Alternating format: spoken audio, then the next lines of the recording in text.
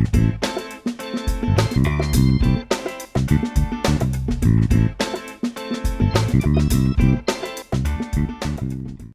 gente, meu nome é Rodney, professor de Sociologia. Contamos ao fundo com essa parede super charmosa, não é verdade? Depois eu conto para vocês qual foi o segredo.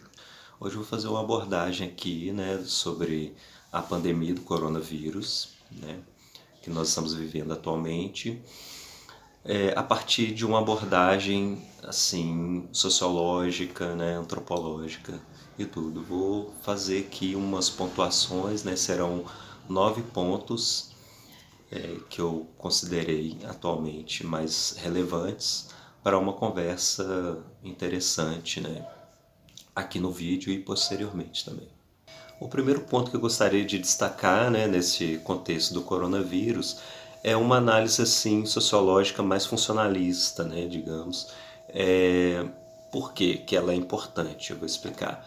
Bom, quando chegou o coronavírus, né, a pandemia, né, quando a epidemia saiu da China e se espalhou para o mundo inteiro, as pessoas entraram num certo pânico, ninguém sabia direito o que fazer, né, diante daquela situação, né, tão nova, né, e tão perigosa, né, porque a partir de então as pessoas passaram a correr risco de morte, né.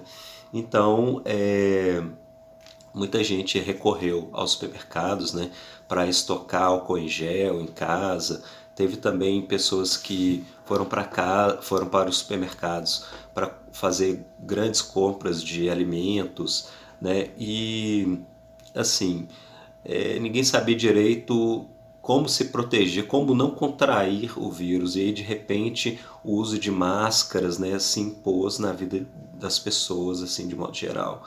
Mas na área da saúde mesmo, os equipamentos de proteção individual para a equipe de saúde eram escassos, né, para o momento. Então, assim, a alta produção teve que, quer dizer, a produção teve que ser estimulada, a alta produção teve que ser estimulada para suprir as necessidades, então, né, da equipe de saúde, mas também a própria sociedade estava totalmente, né, sem condições de obter essas máscaras, porque afinal o que acontece? Nós agora precisamos usar as máscaras e aí muitas pessoas precisaram até aprender, né, a confeccionar suas próprias máscaras, né, por uma questão de sobrevivência mesmo, né. Outras questões também que surgiram, que apareceram, foi assim, as lideranças políticas do mundo inteiro, né, não sabiam direito se deveriam fechar as fronteiras do país ou se deveriam abrir as fronteiras, né, para o vírus circular no interior do país. Né? Então isso aconteceu, um caso clássico aí já, né? É o caso da Inglaterra que abriu as fronteiras, depois fechou as fronteiras, porque viu, né, foi visto lá pelos cientistas e tudo, que a circulação do vírus poderia gerar um colapso, né, do sistema de saúde. E as medidas de distanciamento social também foram adotadas de diferentes formas, né, nos países do mundo inteiro. Então, na sociedade, nós vivemos aqui momentos de ausência de regulação social, né, das normas, uma certa anarquia assim, das relações. Né, uma certa anarquia não no sentido romântico da palavra, né, mas no sentido pejorativo mesmo. Né? Predação, né, uma não cooperação das pessoas nesse primeiro momento, né, do coronavírus. Nós sentimos aí uma desintegração social, uma falta de harmonia, uma desarmonia social e uma série de incoerências entre as pessoas, né, no dia a dia, aí tentando salvar sua própria vida. Né? E tudo isso porque também os casos de morte na China, na Itália, nos Estados Unidos e até mesmo aqui no Brasil, né, começaram a chocar, né, o mundo inteiro. Né? Esse estado, então, é o que eu gostaria de chamar de anomia, né? Que é o estado que o Durkheim caracteriza, né, dessa desregulação, desarmonia da sociedade. Né? E durante esse período de desarmonia social, né, de grande confusão, né, muitos dramas na sociedade ocorreram. Então, na Itália, por exemplo, enfermeiras e médicos, né, se mataram. É uma coisa muito séria, mas isso precisa ser falado, ser dito, sem tabu, mas também com muita responsabilidade, né, que realmente essas pessoas cometeram, né, suicídio. E diante desta circunstância, né, deste contexto de desarmonia social, a queixa principal, né, desses profissionais de saúde foi que eles não conseguiam, né, salvar a vida de determinadas pessoas, né, pacientes que estavam ali pedindo ajuda, né, solicitando e querendo viver, e eles não conseguiam, né. Uma grande frustração, então, né, advém deste conflito, né, entre as pessoas, os profissionais de saúde. Um caso muito curioso também que aconteceu no Brasil foi o caso do Flávio Migliaccio, né, o ator da Rede Globo, muito famoso, né, que se matou, né, porque, enfim, a explicação sociológica para isso é que ele cometeu um suicídio, né, anômico. Então a frustração, o desencantamento, né, que este ator passou foi muito sério, né? Foi uma coisa muito assustadora, porque afinal de contas também nós temos um presidente, né, que realmente é muito inadequado para o cargo que ele ocupa, não é verdade? Então, assim, pronunciamentos do tipo: ah, se idosos morrerem, não tem problema, né? Porque afinal de contas, idosos, são só idosos, né? Eu considero para esta compreensão, né, do suicídio de Flávio Migliaccio um bom norte assim é a fala do Lima Duarte, companheiro dele, amigo de muitos anos, de muitas décadas, desde a época do regime militar e até antes, né? Foram amigos, colegas de trabalho durante muitos anos. Ele explica muito bem, né, como que é ter os seus sonhos totalmente frustrados, né, por um governo totalmente irresponsável, né, que não sabe lidar com as questões de interesse público. E assim, infelizmente, né, o nosso querido ator, né, ele se matou e é isso, né, gente? Não é uma coisa muito fácil de falar. O segundo ponto que eu gostaria de abordar, né, é um caso estudado pela antropóloga Denise Pimenta, da USP. Ela estudou o ebola durante o ano de 2013 a 2016 e lá durante aquele momento, né, de epidemia na África, que se espalhou para a Europa, né, ela notou que as mulheres elas sofreram muito mais, né, por conta da epidemia, da pandemia do ebola. Né? E agora está acontecendo a mesma coisa com o coronavírus. Né?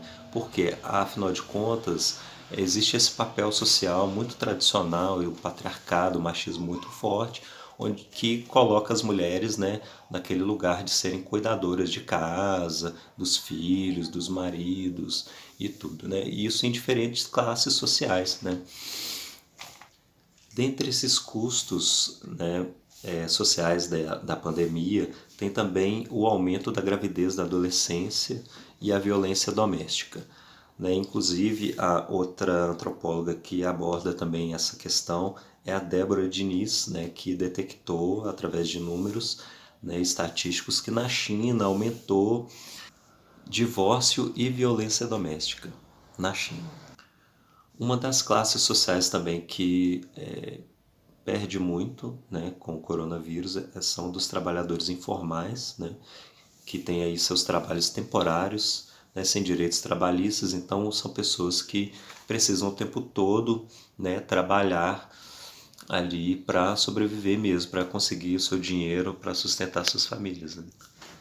A antropóloga Denise Pimenta então destaca como que é importante neste contexto de pandemia, né, o sistema público e o sistema de previdência, porque o que acontece é que essas políticas públicas, elas são muito importantes, principalmente para pessoas pobres, né? Então, políticas neoliberais de privatização, de terceirização e de corte de direitos, elas geram um grande problema, né, para o bem-estar social, né? Então isso não é, aqui eu não estou fazendo proselitismo, né? Isso aqui tem embasamento, né, em estudos que estão aí para a gente conferir depois de novo junto. A antropóloga, então, ela destaca, né, que diante do medo, né, da pandemia, é, os boatos, a jocosidade, os rumores, né, eles acontecem porque as pessoas querem entender o que tá acontecendo, né? É uma maneira de dar inteligibilidade para o fenômeno, né? O segundo ponto a ser destacado, então, né, é que as pandemias são barradas, né, digamos assim, só pela ciência e só por ela mesma, né? Então, as previsões científicas, né, os perigos da pandemia, as mudanças políticas que precisam haver, né, os comportamentos sociais que às vezes precisam mudar, né, e os danos, né, que precisam ser minimizados, né, para as pessoas, para o meio ambiente, tudo isso é o trabalho que a ciência tenta prestar à sociedade, né? E hoje o que nós vemos aí com igrejas fundamentalistas, né, cristãs, né, principalmente aqui no Brasil, é uma certa desobediência, assim, né, a esses critérios estipulados pela ciência, né, que são de proteção da vida das pessoas. O quarto ponto a ser destacado, então, é um trabalho, um estudo feito por Didier Fassin e Bernard Lahire, né? São pesquisadores sociólogos norte-americanos que publicaram na revista Le Monde o seguinte, que a questão do coronavírus, da pandemia, não é uma questão sanitária nem médica, é uma questão social e política, né, também muito séria. Eles destacam então que não levar em conta as desigualdades é como dar um ponto cego, né? Como não resolver as questões em torno da pandemia do coronavírus. O quinto ponto, então, é um trabalho da antropóloga feminista Débora Diniz, né? Ela destaca, né, exatamente aquilo que eu já falei antes, né? O número de divórcios na China aumentou consideravelmente e também de violência doméstica, né, que é algo que a gente precisa prestar atenção também. Então ela se arrisca a fazer algumas previsões, né, para o pós-pandemia. Ela diz que pode ser que a nossa sociedade saia dessa pandemia com uma noção de interdependência maior entre as pessoas do que antes, né? E ela também aposta, né, que seja um momento de maior proteção social e de maior cuidado uns com os outros. Que essas dimensões da vida, esses valores devem ficar assim mais aflorados, né, para todas as pessoas na sociedade. Vale a pena procurar, quem, né, tiver interesse, o trabalho da Débora Diniz no Instagram. Ela tem uma página lá onde ela faz uma homenagem às mulheres mortas durante esse momento de coronavírus. É uma página muito bonita, apesar do tema ser assim, bem fúnebre, né? Mas é uma homenagem muito bonita que ela presta às mulheres que estão morrendo aí, que morreram, né, durante este período de coronavírus. Vale destacar que são mulheres do mundo inteiro e não só do Brasil, né? O sexto ponto, então, é o trabalho do Verlaine Freitas, que é um filósofo da UFMG, né, professor da UFMG. Ele questiona que a pandemia nos faz questionar a noção de individualidade, né? Então, neste ponto, ele destaca o seguinte: o que será que vale mais a pena? A maximização do lucro ou o bem-estar social, o bem-estar coletivo, né? Um outro questionamento que ele coloca lá é que do que adianta ter muito dinheiro para pagar leitos, né, em hospitais, sendo que todos os leitos de todos os hospitais estão ocupados, né? Então isso é uma coisa para a gente prestar atenção também. Mas um ponto que o Verlaine Freitas destaca é que as empresas, né, que geralmente aí os empresários fazem grande proselitismo da mão invisível que age sobre o mercado, né, hoje os empresários, na verdade, eles esperam, né, na verdade, a mão forte do Estado, né, intervindo na economia, na saúde, né, na parte jurídica, né, e na parte da assistência social, né, porque numa situação de pandemia, como é que, né, quem é que tem maior responsabilidade, né, diante da sociedade? Então ele fecha o estudo dizendo, né, que por uma questão de sobrevivência mesmo, né, é muito importante nós termos uma visão mais progressista, né, uma visão de bem-estar social, de interesse público, né, de que encontre o interesse público. É super importante, né, nós termos aí consciência social por uma questão mesmo de sobrevivência, né. O sétimo ponto aqui a ser destacado, né, o título é o seguinte: Trabalhadores domésticos enfrentam desemprego na Guiné-Bissau. Né, lá na Guiné-Bissau, os patrões não estão de acordo com o isolamento que o governo impôs para a sociedade inteira. Né, e assim o que aconteceu? As pessoas empregadas domésticas, né, homens também que têm trabalhos domésticos que fazem nas casas aí de seus patrões, patroas e tudo, foram mandados embora porque precisaram, na verdade, por uma medida de segurança pessoal, faltar ao trabalho, né, para cumprir o isolamento social, a quarentena e tudo mais, né?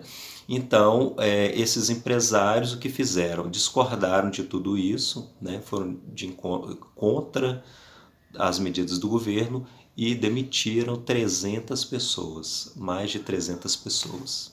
Nessa demissão, as mulheres sofreram muito mais, né? Então, aí a gente vê de novo um corte de gênero, né? Durante este período de pandemia, as mulheres aí numa desvantagem social, né? Então, o nosso oitavo ponto é o seguinte: medidas mais agressivas para conter a pandemia do coronavírus, né, são benéficas para a sociedade, são benéficas para a economia e evita o colapso do sistema de saúde. Isso é importante a gente ter em mente o caso da China, né, que teve umas medidas bem austeras e tudo, mas funcionou em outras partes do mundo inteiro. A gente pode já identificar isso, né? No nosso nono ponto, nós temos o quê? O Ministério da Saúde divulgou, né, que a Covid-19 tem se mostrado mais letal entre negros do que entre brancos. Né? Eu gostaria de destacar aqui, além, né, da população negra, a população indígena também, que já tem aí aproximadamente 100 mortes, o que é muito, né?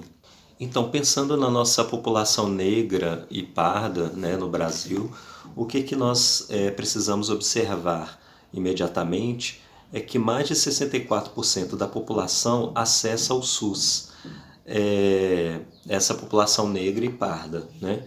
E, de modo geral, né, as comorbidades pré-existentes, né, que essas pessoas apresentam são exatamente diabetes, hipertensão, doenças cardiorrespiratórias e doenças renais. Ou seja, esta é a ampla camada da população que corre mais risco de ter consequências graves, né, da infecção pelo coronavírus. Eu só gostaria de acrescentar aos pontos anteriores uma questão que é muito relevante a gente lembrar também, que é o caso de xenofobia, né? Então, sim, dizer que o vírus é um vírus chinês não ajuda, sabe? E hoje em dia já tem estudos indicando que, na verdade, o coronavírus começou na França, né? Então, assim, simplesmente culpar chineses pelos seus hábitos alimentares ou higiênicos, né? Na verdade, tudo isso faz parte da cultura própria daquele local, que é preciso respeitar. E aí eles mesmos vão ter que se haver, né, com essas coisas, mas é isso aí, é uma questão deles que eles vão discutir e vão chegar numa conclusão. Mas jogar a culpa do coronavírus, né, na China não é uma coisa assim muito interessante de se fazer, né? O que agora nós precisamos fazer é realmente descobrir uma vacina, é descobrir a cura, né? É tomar as medidas de proteção social, né? Com máscaras, com luvas, com distanciamento social. Então é isso, gente. Muito obrigado por assistirem, né? Aqui durante esse vídeo, então, foi possível a gente destacar, né, que as populações que mais sofrem com o coronavírus são as populações já historicamente vulnerabilizadas, né, na sociedade. Então, a população negra, as mulheres, né, e se não adoecem imediatamente, vão sofrer com os custos, né, da pandemia. Eu vou deixar então esses textos que eu citei aqui, né, numa pasta ou enfim, para vocês consultarem, né, são textos muito bons, são artigos científicos e algumas notícias que de certa forma percorreram aí mundo afora. Tchau, tchau, gente. Bons estudos. Até logo.